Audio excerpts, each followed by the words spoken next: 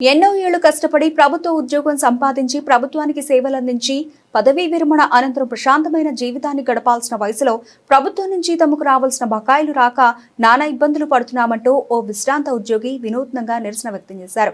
గత ప్రభుత్వం విశ్రాంత ఉద్యోగుల పట్ల వ్యవహరించిన తీరుపై తీవ్ర అసహనం వ్యక్తం చేస్తూ కాంగ్రెస్ పార్టీకి నమ్మి ఓటు వేసినందుకు ముంచారని పేర్కొన్నారు. 2 సంవత్సరాలు గడుస్తున్నా తమకు రావాల్సిన బకాయిలు ఇవ్వకుండా తమను వేధిస్తున్న కాంగ్రెస్ పార్టీ అభ్యర్థులు మున్సిపాలిటీ ఎన్నికల ప్రచారం కోసం తమ ఇంట్లోకి రావద్దంటూ ఓ విశ్రాంత ఉద్యోగి ఏర్పాటు చేసిన ఫ్లెక్సీ రాష్ట్ర వ్యాప్తంగా చర్చకు దారితీసింది. ప్రభుత్వానికి వ్యతిరేకంగా ఫ్లెక్సీ ఏర్పాటు చేసిన విశ్రాంత ఉద్యోగితో మా కరీంనగర్ ప్రతినిధి శ్రీకాంత్ ఫేస్ టు ఫేస్. ఎంతో కష్టపడితే గానీ ప్రభుత్వ ఉద్యోగం రాదు. అయితే ఎంతకేలకు కష్టపడి ప్రభుత్వ ఉద్యోగాన్ని సంపాదించి ఏదైతే రిటైర్డ్ అయిన అనంతరం వచ్చే బకాయిలకు సంబంధించి విశ్రాంతి అంటే ఇది రిటైర్ అయిన తర్వాత ప్రశాంతంగా ఉండాల్సిన తమ జీవితంలో ఆ బకాయిలు రాక చాలా ఇబ్బందులు పడుతున్నాము. 2024లో రిటైర్ అయినప్పటికీ కూడా ప్రభుత్వం నుండి రావాల్సిన బకాయిలు తమకు రావట్లేదంటూ ఆవేదనతో వినూత్నంగా కూడా ఒక విశ్రాంత ఉద్యోగి తన ఇంటి ముందుకు కాంగ్రెస్ ప్రభుత్వానికి సంబంధించిన ఎలాంటి ప్రచారం కూడా జరగకూడదు అంటూ కూడా తన ఇంటి ముందు ఒక ఫ్లెక్సీని ఏర్పాటు చేశారు. 23 నెలలు గడిచినా తమకు రావాల్సిన పెన్షన్ బకాయిలు ప్రభుత్వం ఇవ్వట్లేదంటూ కూడా తన ఆవేదననైతే వ్యక్తం చేస్తున్నాడు. బకాయిలు రాక మానసిక క్షోభకు గురవుతున్నానంటూ కూడా తను ఆవేదన వ్యక్తం చేస్తున్నారు. ప్రస్తుతం మనతో పాటు ఆ విశ్రాంత ఉద్యోగి ఉన్నారు, తనతో మాట్లాడదాం. అసలు ఎందుకు వచ్చింది ఈ ఆలోచన, ఏం జరిగింది, వారిని అడిగి తెలుసుకుందాం. సార్ నమస్తే, మీరు ఎందులో పనిచేశారు సార్? మీరు అసలు మీ ఆవేదన ఏంటి? మీరు ఈ కాంగ్రెస్ ప్రభుత్వానికి సంబంధించి ఒక ఫ్లెక్సీని నిరసనగా కూడా ఏర్పాటు చేశారు కదా, అసలు మీరు ఎప్పుడు రిటైర్ అయ్యారు, ఏ డిపార్ట్మెంట్లో పనిచేశారు, ఎందుకని ఇలాంటి పరిస్థితి వచ్చింది? సార్ నా పేరు బుర్ర సుధాకర్. నేను ఎక్సైజ్ శాఖలో దాదాపు 40 సంవత్సరాలు ఉద్యోగం చేసి రిటైర్ అయ్యాను.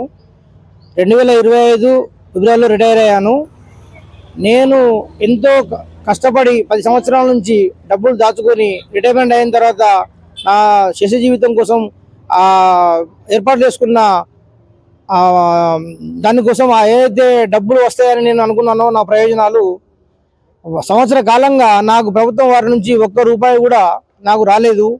ఆ విషయమై మేము రిటైర్డ్ ఎంప్లాయీస్ వెల్ఫేర్ అసోసియేషన్ సంఘంగా ఏర్పడి ఈ రాష్ట్ర వ్యాప్తంగా అసెంబ్లీ ముట్టడితో సహా అందరి నాయకులకు కూడా విజ్ఞాపన పత్రాలు ఇచ్చి వారిని ప్రాధాన్యపడడం జరిగింది.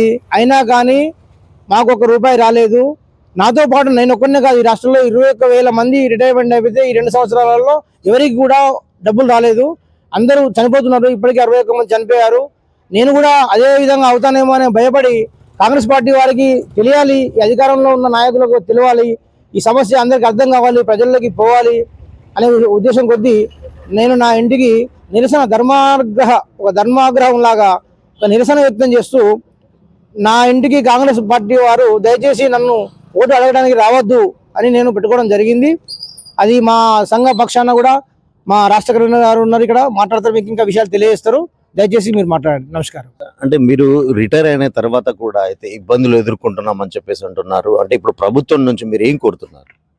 అయ్యా, మాకు రాజ్యాంగబద్ధంగా మేము దాచుకున్న సొమ్ము, ఉద్యోగం చేసిన రోజులు మేము దాచుకున్న సొమ్ము, మాకు రాజ్యాంగ హక్కు ద్వారా రావాల్సిన డబ్బులు కూడా మాకు గతంలో ఏ ప్రభుత్వమైనా రిటైర్మెంట్ అయిన తర్వాత 1 మంత్ లోపలనే అందరికీ పేమెంట్ చేసే సౌలభ్యం ఉండేది. ఆ రూల్స్ కూడా ఆ విధంగానే ఉన్నాయి. కానీ ఈ ప్రభుత్వం వారు 2024 నుంచి రిటైర్ అవుతున్న ఏ ఉద్యోగికి కూడా ఆ విధంగా చెల్లించకుండా మా కోసం బడ్జెట్లో పెట్టిన డబ్బులను కూడా వారు వేరే పథకాలకు మళ్లిస్తూ మమ్మలను మేము చనిపోవడానికి కారణమవుతున్నారు. పరోక్షంగా మా రిటైర్డ్ ఉద్యోగులు 61 మంది చనిపోతే ఆ అన్ని మరణాలకు కూడా ప్రస్తుతం ప్రభుత్వం బాధ్యత వహించాల్సి ఉంటుంది. ఎందుకంటే ఎంత దారుణమైన విషయం అంటే, మేము డబ్బులు లేవు, ఎక్కడి నుంచి ఇవ్వాలి అంటున్నారు వారు. డబ్బులు మా కమిటెడ్ ఎక్స్పెండిచర్ బడ్జెట్లోనే మా డబ్బు పెడతారు.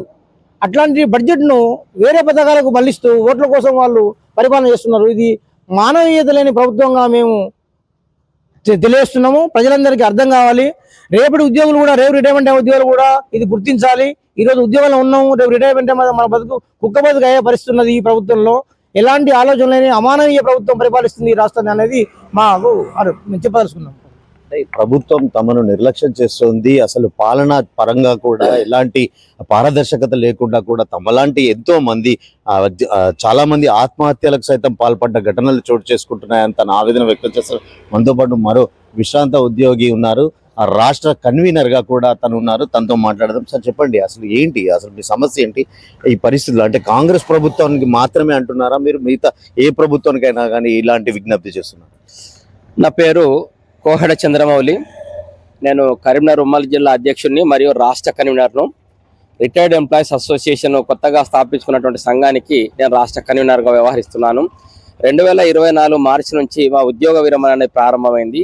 అయితే అంతకంటే ముందు బీఆర్ఎస్ ప్రభుత్వం ఒక 3 సంవత్సరాలు పెంచి 2021లో రిటైర్మెంట్ కావాల్సినటువంటి ఉద్యోగులందరూ 24 నుంచి ప్రారంభమైంది. మరి బీఆర్ఎస్ ప్రభుత్వం మీద మేము విసిగి వేసారిపోయి ఇవాళ మేము కాంగ్రెస్ ప్రభుత్వాన్ని ఏరి కోరి తీసుకొచ్చినటువంటి ఈ ప్రభుత్వం కూడా మాకు చాలా హామీలు ఇచ్చింది. అప్పటి వరకు పెండింగ్లో ఉన్న 3 డిఎల్ ఇస్తా అని చెప్పినది, పిఆర్సీ అమలు చేస్తా అని చెప్పినది, సిపిఎస్ రద్దు చేస్తా అన్నది, ఉద్యోగులకు ఎలాంటి లోటు రాకుండా వ్యవహరిస్తానని చెప్పి నమ్మిస్తే మేము ఉద్యోగులందరం కలిసి ఇవాళ కాంగ్రెస్ ప్రభుత్వాన్ని తీసుకురావడం జరిగింది. మరి కాంగ్రెస్ ప్రభుత్వం వచ్చిన తర్వాత 2 సంవత్సరాలు పూర్తయింది. మరి 2024 మార్చి నుంచి మేము రిటైర్మెంట్ అయినటువంటి ఉద్యోగులు, ఉపాధ్యాయులు రాష్ట్ర వ్యాప్తంగా 20,500 మంది రిటైర్ అయితే వాళ్ళకు ఏ ఒక్క పైసా ఇవ్వకుండా కేవలం పెన్షన్ మాత్రమే ఇస్తుంది. పైసలు అంటే మేము దాచుకున్నటువంటి GPF, THGLI, GIS, leave encashment, commutation ఇవన్నీ మేము దాచుకున్న డబ్బులు మాకు ఇవ్వకుండా ప్రభుత్వం కాలయాపన చేస్తుంది. ప్రభుత్వం మా సేవలు గుర్తించి ఒక్కొక్కరు 35-40 సంవత్సరాల సేవ చేసేందుకు గాను గ్రాట్యుటీ ఇస్తుంది. అది కూడా ఇవ్వకుండా కేవలం పెన్షన్ మాత్రమే ఇస్తుంది. ముఖ్యమంత్రి రేవంత్ రెడ్డి ఒక ప్రకటన చేశారు, గత ప్రభుత్వ తప్పిదాల వల్ల తమ దగ్గర బడ్జెట్ లేదు, అసలు చాలా అప్పుల్లో కూరుకుపోయిన ప్రభుత్వంగా కూడా రాష్ట్రంగా కూడా పేర్కొన్నారు కదా. అంటే ఈ అప్పులన్నీ ఎట్లా రికవరీ చేయాల్సి ఉంటుంది, అసలు ఎలాంటి పరిస్థితి ఉంటుంది? ప్రభుత్వము గత ప్రభుత్వం మీద నిందారోపణ మోపుతా ఉంది. మరి మనది తెలంగాణ రాష్ట్రం ఏర్పడ్డప్పుడు మనది మిగులు బడ్జెట్ ఉన్న రాష్ట్రం. ఈ రాష్ట్రం లోపల అప్పుల మయమైందని చెప్పి ఈ ప్రభుత్వం ఉంటా ఉన్నది. మరి నిజమైన అప్పుల ప్రభుత్వం అయితే మీరు ప్రపంచ సుందరి మళ్ళీ తీసుకొచ్చి 250 కోట్లు ఖర్చు పెట్టి హైదరాబాద్లో దేనికి ఉపయోగమైందని మీరు చేశారు? అదేవిధంగా మెస్సీ తోటి మీరు ఫుట్బాల్ ఆడి 150 కోట్లు ఖర్చు చేశారు. మరి ఇది లోటు బడ్జెట్ ఉన్న రాష్ట్రం అయితే ఇవన్నీ మీరు ఎందుకు ఖర్చు చేశారు? అదేవిధంగా మేము దాచుకున్నటువంటి డబ్బుల్ని మీరు సంక్షేమ పథకాలు వాడుతూ ఉన్నారు. మీరేమంటుండ్రు, నన్ను కోచక తింటారా, నన్ను వండక తింటారా, నా దగ్గర అప్పు ఎప్పుడు ఉట్టనిస్తలేడు, ఏ బ్యాంక్ కూడా దొంగను చూసినట్టు చూస్తానని చెప్పి మీరు ఎప్పుడు మాట్లాడారంటే 2025 మే 5 మాట్లాడారు. మరి అప్పటి నుంచి డిసెంబర్ వరకు మీరు బ్యాంకులో 40,000 కోట్ల అప్పు తీసుకొచ్చి మీరు దేనికి ఉపయోగించారు? ఇవన్నీ సరైనది కాదు. ప్రభుత్వానికి మేము ఏం చేసినామంటే మేము మంత్రులకు, ఎమ్మెల్యేలకు ప్రాతినిధ్యం చేసినాం. సార్ మేము రిటైర్మెంట్ అయిన వాళ్ళకు నెల రోజుల మాకు రావాల్సిన డబ్బులు ఇచ్చి ప్రభుత్వ వాహనంలో మళ్ళీ ఇంటి దగ్గర దించిస్తా అన్నటువంటి ప్రభుత్వాలు మరి 23 నెలలు అయింది, ఇంతవరకు మాకు ఒక పైసా ఇవ్వలేదు. చాలా మంది బిడ్డల పెళ్లి చేసే ఉన్నది, ఇల్లు కట్టుకున్న అప్పు తీర్చేది ఉన్నది, కొడుకులకు సెటిల్మెంట్ చేసేది ఉన్నది, వృద్ధాప్యంలో వచ్చే రోగాలను ఎదుర్కొనేటువంటి పరిస్థితి ఉన్నది. చాలా మంది వృద్ధాప్యంలో వచ్చే రోగాలు వస్తే వాళ్ళు మెరుగైన వైద్యం చేయించుకోలేక ఇప్పటి వరకు 61 మంది చనిపోయారు. నిన్నగాక మొన్న మన కరీంనగర్ జిల్లా లోపల మానకొండూరు మండల అన్నారం లోపల ఒక డిప్యూటీ ఇంజనీర్గా పనిచేసినటువంటి కళ్యాణ్ లక్ష్మీనారాయణ కూడా ఆయన మెరుగైన వైద్యం చేయించుకోలేక చనిపోవడం జరిగింది. మరి ఇన్ని జరుగుతుంటే ప్రభుత్వ హత్యలు కానీ మేము భావిస్తా ఉన్నాం. మరి ఇంతమంది చనిపోతే కూడా ప్రభుత్వంలో కనికరం లేకుండా మా డబ్బులు ఇవ్వకపోవడానికి కారణం ఏంటి అని చెప్పి మేము ప్రభుత్వాన్ని డిమాండ్ చేస్తా ఉన్నాం.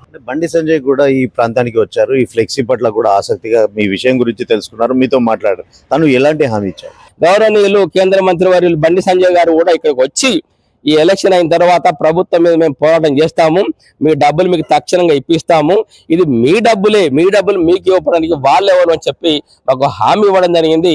మరి ఆ హామీతో కొంచెం సంతృప్తి అనేది వాళ్ళ నైరాశ్యం అనేది మేము కోల్పోకుండా ఉండడానికి మాకు మనోధైర్యం కల్పించినటువంటి బండి సంజయ్ గారికి, భారతీయ జనతా పార్టీకి కూడా మేము కృతజ్ఞత తెలియజేస్తాము. మొత్తంగా చూసుకున్నట్టయితే కేంద్ర మంత్రి బండి సంజయ్ తమ సమస్యలకు, విశ్రాంత ఉద్యోగులకు సంబంధించి సమస్యలను పరిష్కరించే దిశగా కూడా హామీ ఇచ్చారంటూ. అంటే రిటైర్మెంట్ అవుతుంది, వృద్ధాప్యంలో ఉన్న తమను ఆ ప్రభుత్వం వేధిస్తోంది, ఈ సమస్యకు పరిష్కారం చూపించాలి, తమకు రావాల్సిన బకాయిలను వెంటనే చెల్లించాలి, పైసా కూడబెట్టి తమను ఏదైతే తమ బాబోగులు చూసుకోవాల్సిన తరుణంలో ఇలాంటి చర్యలకు ఒడిగట్టడం ప్రభుత్వము హత్యగా కూడా భావించవచ్చు అంటూ కూడా వాళ్ళు ఆవేదన వ్యక్తం చేస్తున్నారు. Camera person గౌతమ్తో Srikanth, S6